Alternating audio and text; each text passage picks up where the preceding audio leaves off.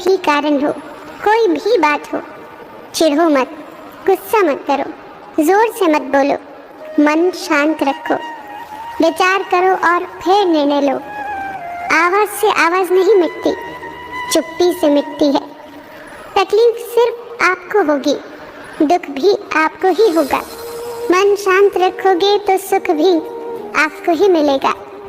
जीवन में कई बार हम क्रोध में आकर सीमाएं लांघ जाते हैं और फिर हमारे हाथ अफसोस के अलावा कुछ नहीं लगता। एक बार एक आदमी अपनी नई कार को बड़े प्यार से पॉलिश करके चमका रहा था।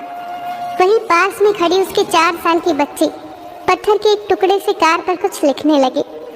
कार पर खरोंच लगती देख पिता को इतना गुस्सा आया कि उसने अपनी बेटी के हाथ को जोर से मरोड़ दिया, इतनी जोर से कि उसकी एक उंगली की हड्डी पर बहुत चोट लगी।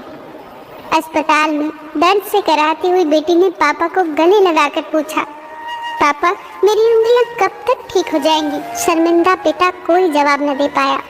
उसे अपने किए पर इतना पछतावा हुआ कि वो घर वापस आकर कार पर लाते घूंसे बरसाता हुआ अपना गुस्सा निकालने लगा। तभी उसकी नजर उस खरोंच पर पड़ी जिसकी वजह से उसकी नन्ही सी बेटी को उंगली पर इतनी चोट लगी थी। जानते हैं पत्थर के टुकड़े से बेटी ने कार पर क्या लिखा था? आई लव यू पापा, आई लव यू पापा। जीवन में सीमा हमेशा याद रखें, चाहे वो गुस्से की हो चाहे वो प्यार की हो। और ये भी याद रखें कि चीज़ें इस्तेमाल के लिए होती हैं और लोग प्यार करने के लिए, पर हम उल्टा ही करते हैं, प्यार करते हैं और लोगों का इस्तेमाल करते हैं। ये दुनिया कितनी निराली है ना। जिनकी आंखों में नींद है उनके पास अच्छा बिस्तर नहीं, और जिनके पास अच्छा बिस्तर है उनकी आंखों में नींद नहीं। जिनके मन में दया है उनके पास देने के लिए धन नहीं, और जिनके पास धन है उनके पास दया नहीं। जिसको भूख है उसके पास खाने को कुछ नहीं, और जिसके पास खाने को है उन्हें भूख ही नहीं। कोई अपनों के लिए रोटी छोड़ देता है तो कोई रोटी के लिए अपने छोड़ देता है। शब्दकोश में असंख्य शब्द होते हुए भी मौन होना सबसे बेहतर है। दुनिया में हजारों रंग होते हुए भी श्वेत रंग सबसे बेहतर है। खाने को दुनिया भर की चीजें होते हुए भी उपवास शरीर के लिए सबसे बेहतर है। देखने को इतना कुछ होते हुए भी आंखों से भीतर देखना सबसे बेहतर है। सोने की लंका और पुष्पक विमान तो रावण के पास थे, राम ने तो वनवास ही देखा था। राजपाट तो कंस के पास था, जेल में जन्म तो कृष्ण ने लिया था। राजमहल में तो कौरव ही रहते थे, वनवास तो पांडवों को भोगना पड़ा। संघर्ष हमेशा सत्य के साथ चलता है।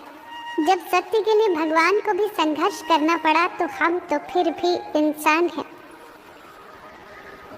बात बहुत छोटी है पर गहरी है। बिखरा हुआ समाज और कभी भी बादशाह नहीं बन सकता, लेकिन हाँ वो आपस में लड़कर दूसरों को बादशाह जरूर बना देता है। जिस घर में प्रेम और बड़ों का आदर सम्मान होता है वहीं ईश्वर का निवास होता है। प्यार बांटा तो रामायण लिखी गई और संपत्ति बांटी तो महाभारत लिखी गई। याद रखना कि इंसान का पतन उस वक्त शुरू हो जाता है जब वो अपनों को गिराने की सलाह दूसरों से लेने लगता है। एक पत्थर लीजिए और उस पत्थर को किसी जानवर, कुत्ते या बिल्ली पर मारिए। आप देखेंगे कि जानवर डरकर भाग जाएंगे। अब वही पत्थर लीजिए और एक मधुमक्खी के छत्ते पर मारिए, फिर देखिएगा कि मधुमक्खियाँ आपका क्या हाल करती हैं। पत्थर वही है और आप भी वही हैं, बस फर्क यही था कि जानवर अकेला था और मधुमक्खियाँ समूह में थी।